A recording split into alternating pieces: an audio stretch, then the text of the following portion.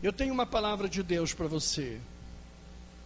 A palavra de Deus no livro de Jó, no capítulo 19, versículo 14 até o 25.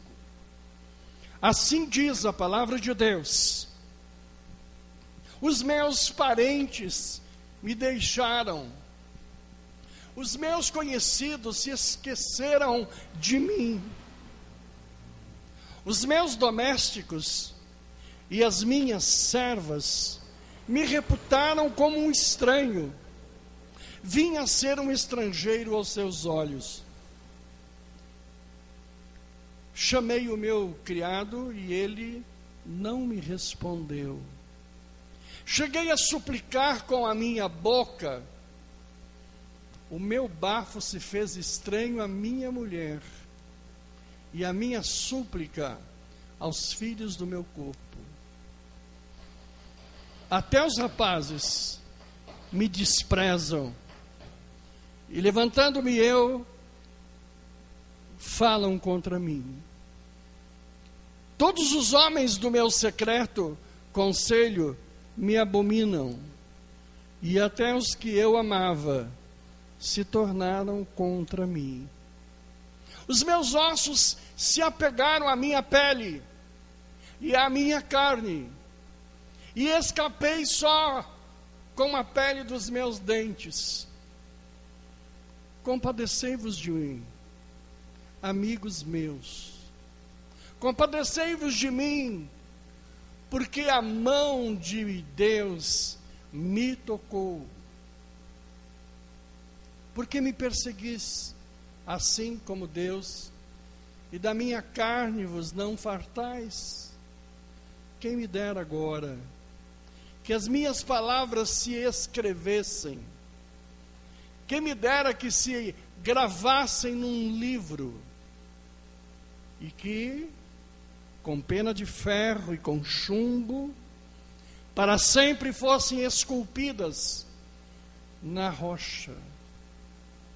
Porque eu sei que o meu Redentor vive, e que por fim se levantará sobre a terra. Leia comigo 25. Porque eu sei que o meu Redentor vive, e que por fim se levantará sobre a terra. Leiam de novo. Porque eu sei que o meu...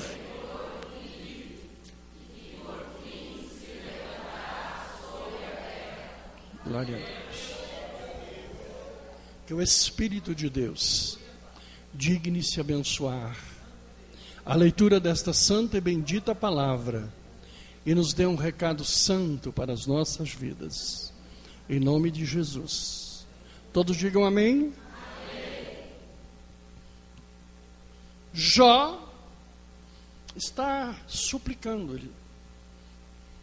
Esse texto que nós lemos é uma oração de Jó na hora da dificuldade. Jó é o único homem na Bíblia que Deus deixou tocar, porque o diabo foi lá e fez elogios e fez coisas e tal, e pediu para tocar.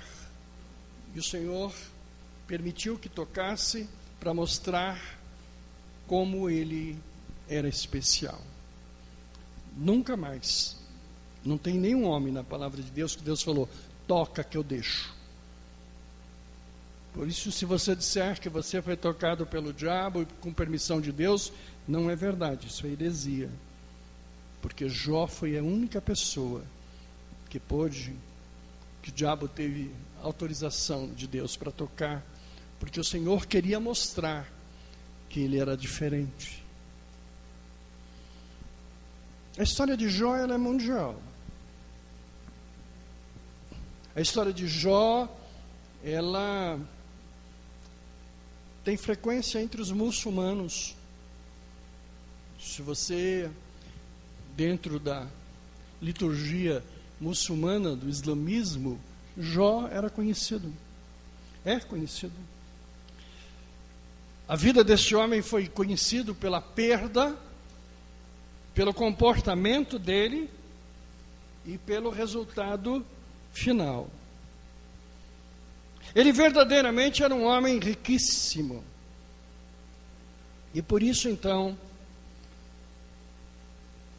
o diabo dizia assim: ele é fiel porque tudo vai bem. Ele é fiel porque tem fartura, foi privilegiado. E Deus quis dizer que não, ele era fiel porque era fiel. A pessoa verdadeiramente fiel, ela transcende as coisas deste mundo. Sabe, é de índole, é de caráter. Por isso que você não precisa nem ser miserável para ser de Deus. Aliás, Deus não aprecia miséria, porque simplicidade não é miséria, humildade não é miséria. Então aquela ideia de quanto mais pobre, melhor, isso não é da doutrina do Senhor. Para você ter uma ideia de Jó, ele tinha 7.000 ovelhas.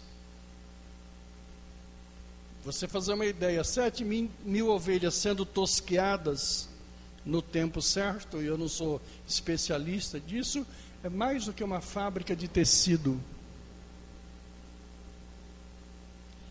Ele tinha 3.000 camelos. Se ele usar os camelos, ou se ele montar uma locação de camelos, ou se ele fizer uma transportadora de camelos, é algo imenso. Naquele tempo é como se ele tivesse algumas transportadoras, 3.000 Scanias, 3.000 caminhões. Este homem tinha 500 juntas de jumentos, juntas de bois. O boi era utilizado para arar terra. 500 juntas de bois era como você ter 500 tratores. E ele tinha 500 jumentas, que eram animais para carregar peso. 500. Além do seu patrimônio, ele tinha empregados, ele tinha filhos, ele tinha fazendas e ele tinha saúde. O texto da palavra de Deus extrapola e exagera, porque às vezes que nós achamos que perdemos muito, e ele está mostrando aí o que Jó tinha na direção de saber o que materialmente ele perdeu. E as perdas maiores dele foram dos filhos, da família. Da mulher, não sei se posso considerar uma perda, porque na hora que ele estava ruim, na hora que ele estava desgraçado, ela diz assim: amaldiçoa o teu Deus e morre. Então não sei se perder uma mulher dessa é perda. Eu não queria ter uma querida dessa do meu lado, porque aprendi que a bênção da mulher do teu lado é aquela que na hora da desgraça ela está ao lado, ela está junto. Aquela mulher só que está ao lado quando a conta está sobrando, os cartões estão sobrando. Então, essa não é verdadeiramente a amada. Mulher abençoada é aquela que está sempre junto. Você está ao lado de um homem com saúde, com vigor, é fácil. Quero ver se você está ao lado de alguém enfermo, de alguém abatido, doente. A vida se mede exatamente pelas dificuldades. Ali que você vê. Você ter amigos quando teu dinheiro é grande, você ter parentes que frequentam a tua casa, quando você todos os dias põe uma mesa lá, né, farta de comida e bebida, é fácil, todo mundo né? Amigo assim, aquele amigo que está todo domingo na tua casa. Todo domingo tem uma comida diferente. Todo domingo tem uma coisa, uma bebida, uma festa. Os verdadeiros amigos, os verdadeiros irmãos, os verdadeiros parentes, são aqueles que estão com você naquela hora de dureza, naquela hora de dificuldade, naquela hora que você não tem nada para oferecer. Olha, em casa hoje eu tenho um pãozinho de ontem, uma manteiguinha que já está meio, rústica aqui. Eu tenho um cafezinho mal passado, apertado, porque o pó estava acabando. Os verdadeiros amigos e parentes nessa hora aparecem. Jó perdeu desde a sua mulher a todas as coisas. Então ele verdadeiramente perdeu. Ele perdeu aquilo que era material, que era deste mundo, e ele perdeu aquilo que era afetivo. E eu não sei o que é pior, se são as perdas materiais ou se são as afetivas. Porque muitas vezes há perdas sentimentais, emocionais, elas fazem feridas profundas que te deixam doente, acabado, arrasado. Como é difícil você perder o amor de quem você confia, perder a confiança de quem você sempre tributou confiança e zelo. É tão pior, talvez, do que os bens materiais. Jó, então, começa suplicando. Ele começa dizendo de que todos abandonaram. Podemos colocar na súplica de novo? Aqui. Ele fala das pessoas que zombam dele. Ele fala dos parentes que abandonaram e esqueceram. Os meus domésticos, ele está falando dos empregados da casa, daqueles que estiveram ali. Ele diz: chamei o meu criado, o meu empregado nem respondeu. Cheguei a suplicar com a minha boca. Ele diz: o meu bafo, né, se fez estranho a minha mulher. Ele vai falar, a mulher fala: sai! Que horror, né? E ele vai perdendo tudo. Versículo 18. Os rapazes zombam, os homens ficam cochichando ao meu respeito. Você já viveu uma experiência assim? E aí começa a vir no corpo, diz: os meus ossos estão, sabe, na pele. Escapei só com a pele dos meus dentes. Ele fala: compadeçam-se de mim, amigos meus. Compadecei de mim. Porque fui tocado. A vida lhe trocou. Ele se sente perseguido.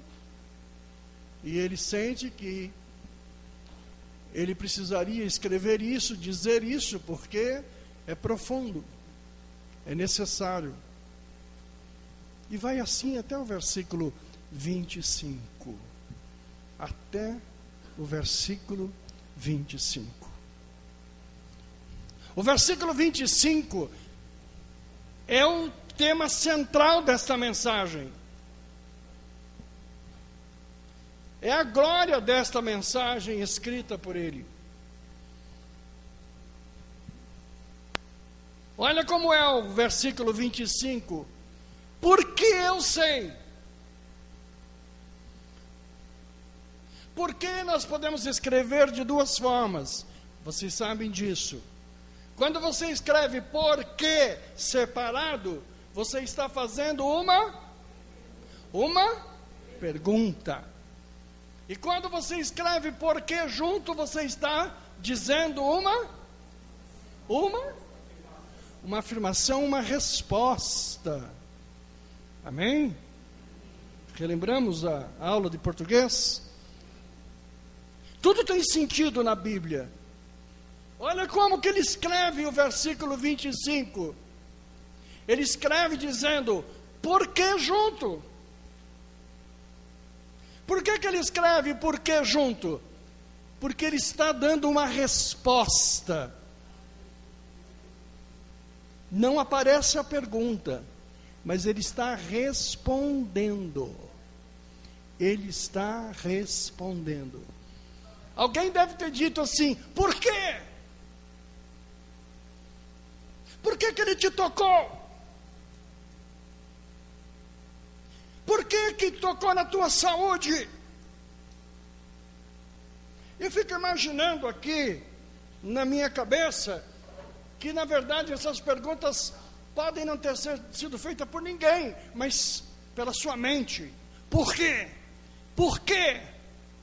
Por quê?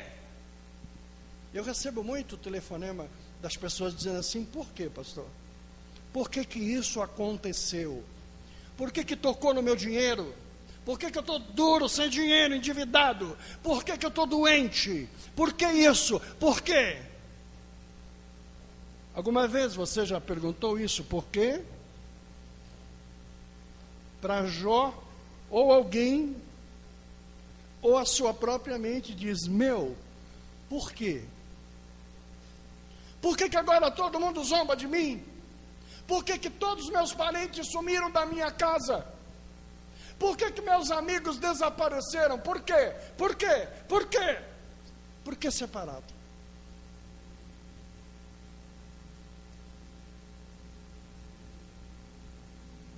Quando nós estamos em aflição, quando nós tomamos alguma coisa, sabe? Estou indo com o carro aqui, bam! Primeira vez, por quê?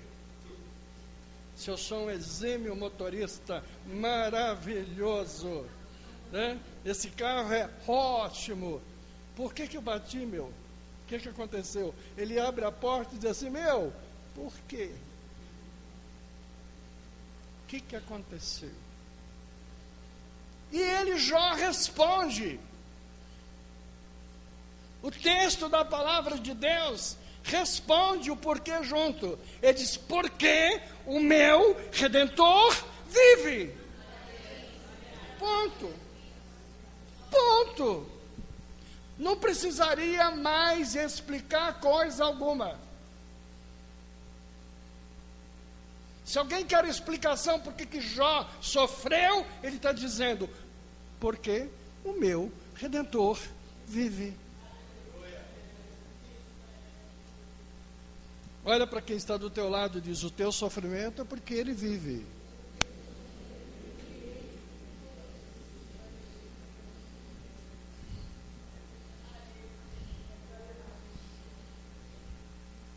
A diferença dele para todos os outros é porque ele vive. Allan Kardec é o pai do espiritismo. Não tenho nada contra a pessoa dele. Vende muitos livros no mundo inteiro, ele é famoso. Se você for à França e lá no hotel você perguntar, me diz alguns pontos turísticos aqui de Paris para visitar, eles vão dizer assim, o túmulo de Allan Kardec, que lá no cemitério é muito visitado. Mas você vai ao túmulo e lá está escrito que aqui jaz. Não é jaz, aqui é jaz. Ele morreu. Está aqui. O corpo dele está aqui. Há uma diferença entre quem morreu e quem vive. Eu estou cantando de galo aqui porque estou vivo, mas é por pouco tempo. Né? Grava isso aí, professor. Depois vão dizer que eu profetizei. Né? Ainda tem mais uns 30 ainda. Tal. Se você pegar Quem criou os Testemunhas de Jeová?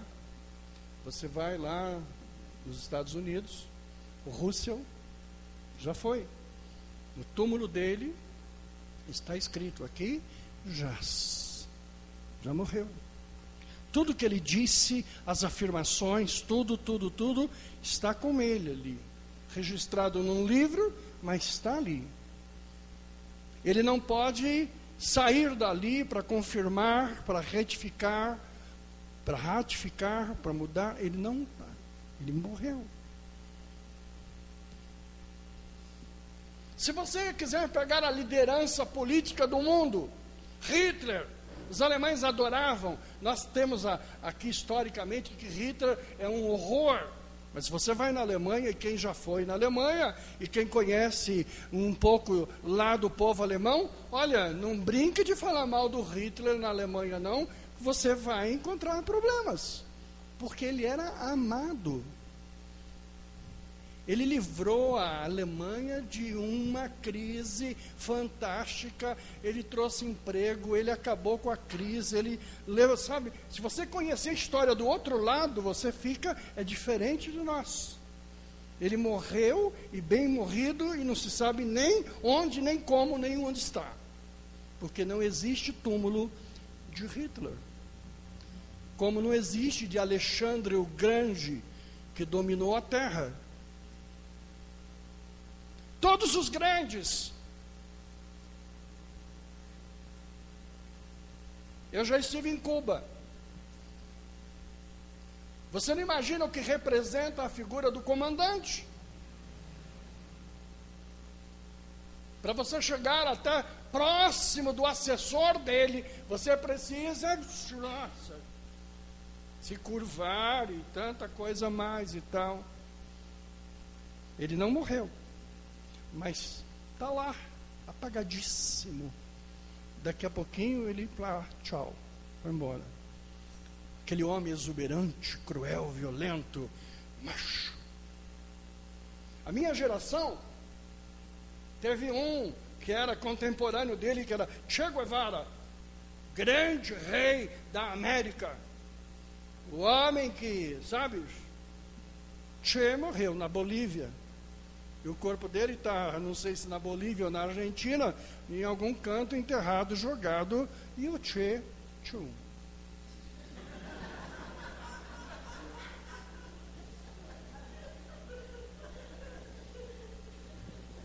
Há uma diferença entre o que morreu e o que ele é.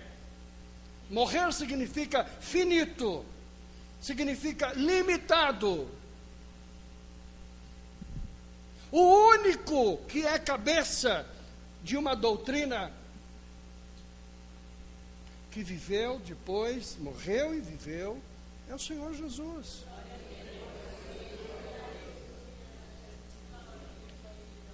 Eu olhando para a palavra de Deus, leio sobre Abraão, eu fico orgulhoso de Abraão, me sinto filho de Abraão. Mas Abraão teve um momento em que ele passou. Moisés foi uma grande liderança de Israel, maravilhoso. Um dia Deus, chamou, repreendeu. Tem crente que não gosta de ser repreendido, né? Repreendido, o Senhor chamou Abraão e disse assim, olha, não vai ver mais, acabou, agora fica aqui no monte e fim, terminou o teu tempo. Moisés morreu. Davi foi ótimo, maravilhoso. Um homem do coração de Deus morreu. Eu tenho horror, muitas vezes, de ver como as pessoas olham para a palavra e, desculpe os meus queridos cristãos católicos, não estou aqui fazendo nenhuma ofensa, mas às vezes colocam Maria acima de Jesus. Maria foi maravilhosa. Uma mulher bem-aventurada, uma mulher abençoada, mas Maria morreu, João cuidou dela até sua morte. Se você pegar qualquer apóstolo, qualquer discípulo, os grandes evangelistas morreram. morreram. Então não há como você escolher um homem e fazer dela uma doutrina. Porque nenhum homem,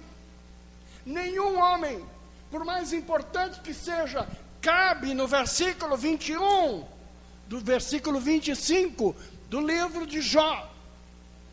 Porque ele vive. Só porque ele vive. Só porque ele vive. Amém ou não amém? Você pode contestar a denominação, a instituição, pode contestar à vontade. Nós não estamos atrás de instituição nenhuma, correndo atrás de coisa nenhuma, de nome de coisa nenhuma. Eu pertenço à igreja do pastor Jonas da Lapa. Grande coisa, você pertence. Eu pertenço à igreja do Deus vivo. Por que você está feliz? Estou feliz porque Ele vive. Porque posso crer no amanhã, posso crer, sabe? Homens podem subir e descer, podem fazer, eu creio porque Ele vive. Por que você pode ser curado? Por quê? Porque Ele vive. Porque Ele vive.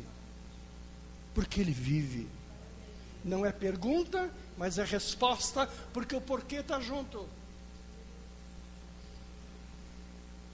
Todas as coisas podem ser uma bênção para você. Todas as coisas podem acontecer na tua vida. Basta você dizer, eu creio no porquê. Eu creio no porquê. Eu creio no porquê. Põe o 25 de novo. E no 25, existe a segunda coisa importante. Porque eu sei que o meu Redentor vive, e que por fim se levantará sobre a terra. As duas palavras são chaves. Porque Ele vive, e porque Ele levantou do trono. Quando Ele se levanta do trono, sai de baixo. Sai de baixo. É isso? Jó está dizendo só duas coisas. Ele vive e segura. Ele está em pé. Ele está usando o termo se levantará. Mas a Bíblia fala que Ele já se levantou. Você pode colocar no Salmo aí. Salmos 12, 5. Por causa da opressão dos pobres e do gemido dos necessitados, me levantarei agora, diz o Senhor. Porém, salvo aquele para quem eles assopram. Por causa dos necessitados, por causa dos oprimidos, por causa dos pobres, por causa dos gemidos, eu me levantarei agora. Ele vive e se levantou por você. E Ele se levanta por você. Quando você suplica, Ele levanta, Ele ouve. A tua oração mexe com o coração de Deus. A sua oração verdadeira faz o Senhor levantar no trono. Diga amém. Amém. Essa é a diferença. Essa é a grande diferença. Eu fico horrorizado quando fico vendo na televisão, essas coisas acontecem porque esta igreja, nada acontece por causa de igreja, por causa de instituição, nem de homem nenhum. As coisas acontecem em todos os lugares abençoados dos santos de Deus, porque Ele vive e quando Ele se levanta, tudo acontece. O Senhor não move coisa nenhuma, por instituição nenhuma, por chapéu nenhum, por coisa nenhuma, com nada. Ele se move porque Ele está vivo, e a tua súplica move o coração do Senhor. Amém ou não amém? Amém. Ainda no livro de Jó, no capítulo 42, ele arremata: o Senhor virou o cativeiro de Jó quando orava pelos seus inimigos. Virou. Primeiro ele permitiu, depois ele disse: acabou. Parou, chegou, encerrou. Agora é a hora de virar. Acabou de brincar. Acabou a brincadeira. E o Senhor acrescentou a Jó outro tanto em dobro a tudo quanto dantes possuía. Agora ele não tem mais 3.000 ovelhas, ele tem 6.000 ovelhas. Todos os bens foram multiplicados. Eu não quero que você faça conta material, não, queridos. Eu quero que você veja a ação de Deus. Então vieram a todos os seus irmãos e todas as suas irmãs, e todos quantos dantes o conheceram, e comeram com ele pão. Aliás, voltou todo mundo para casa. Bastou você ficar rico, todo mundo aparece de novo. Aquela irmã que fala mal de você vai voltar. Basta você melhorar, ela volta. Ela volta, fala: te amo de paixão. Ai, sempre te amei. Há pouco tempo estava falando mal de você. Fica apertado, fica em dificuldade, né? Tem medo que você vai pedir dinheiro emprestado. Tem medo que você vai lá para comer na casa dela. Mas se melhorou de vida, ela: ui, querida, cheguei. E a palavra diz que eles voltam mesmo. Eles voltam todos. Vieram, consolaram de todo o mal que o Senhor lhe havia enviado, e cada um deles lhe deu uma peça de dinheiro, e cada um pendente de ouro.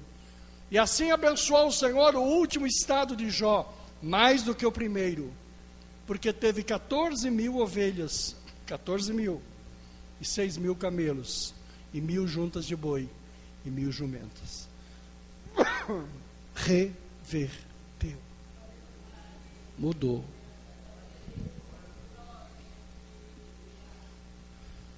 A palavra desta noite é para você que está assustado.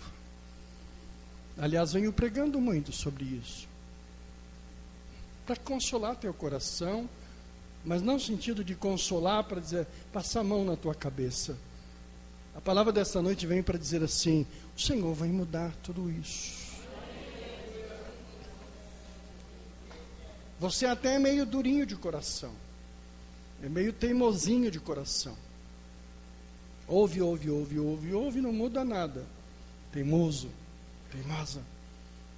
Eu às vezes em algumas mensagens falo algumas coisas aqui que depois eu vou pensar e dizer: Deus, irmão não vem mais na igreja, não vai mais, porque eu chamei ele de idiota, sabe?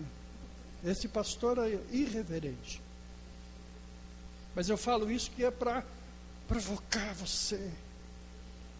Mas eu queria nesta palavra dizer que tudo vai mudar na medida de que ele vive, e o Senhor se levantou. Eu cantava há muito tempo atrás um hino, não sei se Renato sabe. Porque ele vive, posso crer no amanhã, porque ele vive. Temor não há, mas eu bem sei, que a minha vida está nas mãos do meu Jesus, que vivo está.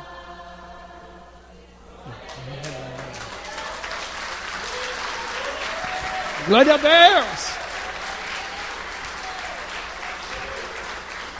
Quem sabe a estrofe? Quem sabe? Deus enviou seu Filho amado para te salvar e me perdoar. Na cruz morrer por meus pecados, mas ressurgiu e vivo com o Pai está. Bem gostoso. Porque Ele vive, posso crer no amanhã.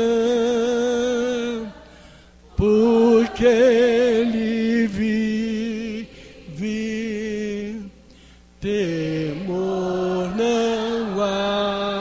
temor não há, mas eu bem sei, eu sei que a minha vida está nas mãos do meu Jesus, que vivo está. Glória a Deus. Santo a Deus.